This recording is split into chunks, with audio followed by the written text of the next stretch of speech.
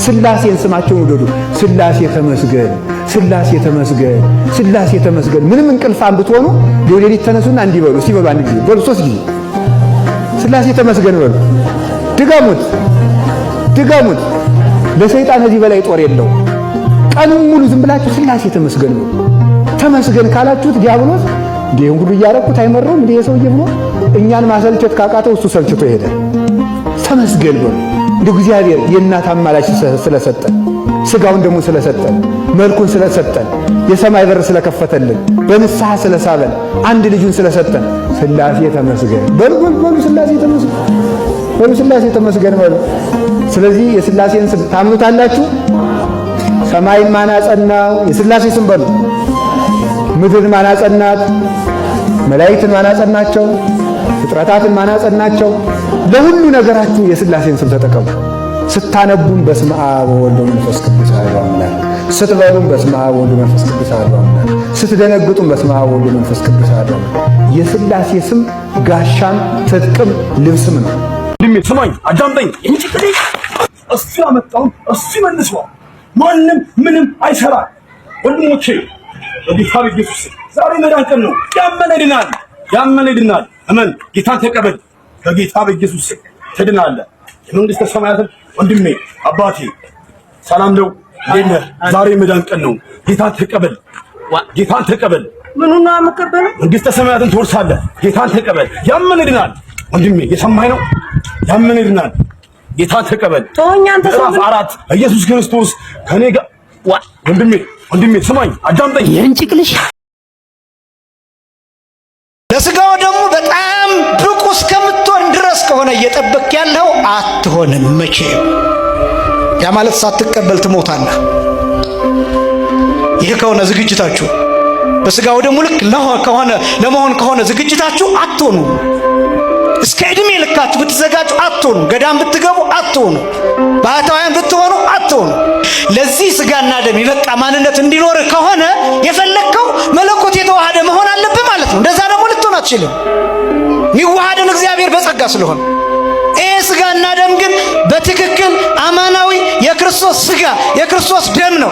ዝግጅታችሁ በዚህ ልክ ከሆነ መቼም ብቁ አትሆኑም። ስለዚህ ኃጢአታችሁን ለካህኑ ተናግራችሁ ንስሐችሁን ተቀብላችሁ ቀኖናችሁን ጨርሳችሁ ካህኑ ቁረቡ ሲሏችሁ ትቁረቡ። ስጋውን ደሙን ተቀበሉ። በህሊናችሁ በሚመላለስ ሐሳብ ምክንያት፣ በልባችሁ በሚወጣ በሚወርድ ሐሳብ ምክንያት፣ በአንዳንድ ጥቃቅን ነገሮች በሚባሉ በእነዚያ ምክንያት ስጋውን ደሙን አልቀበልም ብላችሁ አትራቁ። በጣም ይኸውላችሁ ስጋውን ደሙን ሳንቀበል እያለፍን ነው። አለመቀበላችንም ኃጢአቱንም ሳንተወው ከነ ኃጢአታችን እንደገና ደግሞ ምህረትም ሳናገኝ እየሞትን ነው። ግድ የለም ሕፃን ነው ቢዘል ቅዳሴ ላይ ቢሯሯጥ አትበሉ። ከክብሩ ጽናት የተነሳ የሚረብሹ ሕፃናት እንኳን በቅዳሴ ሰዓት እንደተቀሰፉ እነንታ ተርጓሚ ሲተረጉሙ አልሰማችሁም? ዲያቆኑ የተቀመጣችሁ ተነሱ ይላል አይደል? መቀመጥ ይፈቀዳል እያለ አይደለም። የተቀመጣችሁ ማለት በህሊናችሁ ማለት ነው። በህሊናችሁ የተቀመጣችሁ ከአራተ ዝንጋኤ ከመርሳት መቀመጫችሁ ተነሱ። ቅዳሴውን የረሳችሁ ያላችሁበትን ቦታ የረሳችሁ ምን በሉ ተነሱ ብሎ የሚቀሰቅስበት ሰዓት ነው ማለት ነው። እንዳለመታደል ሆኖ በእኛ ዘመን ግን ሰው አሃዱ እያለ ሰልፊ ቪዲዮ የሚቀርጽበት ዘመን መጣ። ያችሁ የነሱ የነጎርጎርዮስ ቤተክርስቲያን ያችሁ የነሱ ሃይማኖት እኮ ናት የኛ ሃይማኖት። ቅዳሴው የኛው ግን ተለያየን እኛና እነሱ አከበሩት፣ እኛ ግን አዋረድ ነው። እንደው ሳንሞት መድኃኔዓለም የቅዳሴን ክብር እንድንረዳ በቸርነቱ ልባችን ይክፈተልን። በዘመናችን እኮ በታሪክ ለመጀመሪያ ጊዜ እኮ ነው የኛ ሀገረ ስብከት ቅዳሴ ስንገባ ስልክ የተከለከለበት ዓመት እኮ ነው ያ ዓመት። ለምንድን ነው ሰው ቅዳሴ ላይ ሆኖ እንኳን ስልክ መጎርጎር የማያቆምበት ዘመን? አሁን በእኛ ዘመን ቅዳሴ የምናስቀድስኛ ሁላችን ምን ያህል የቅዳሴን ክብር ተረድተነዋል? እርሱ መድኃኔዓለም ነው የሚያውቀው።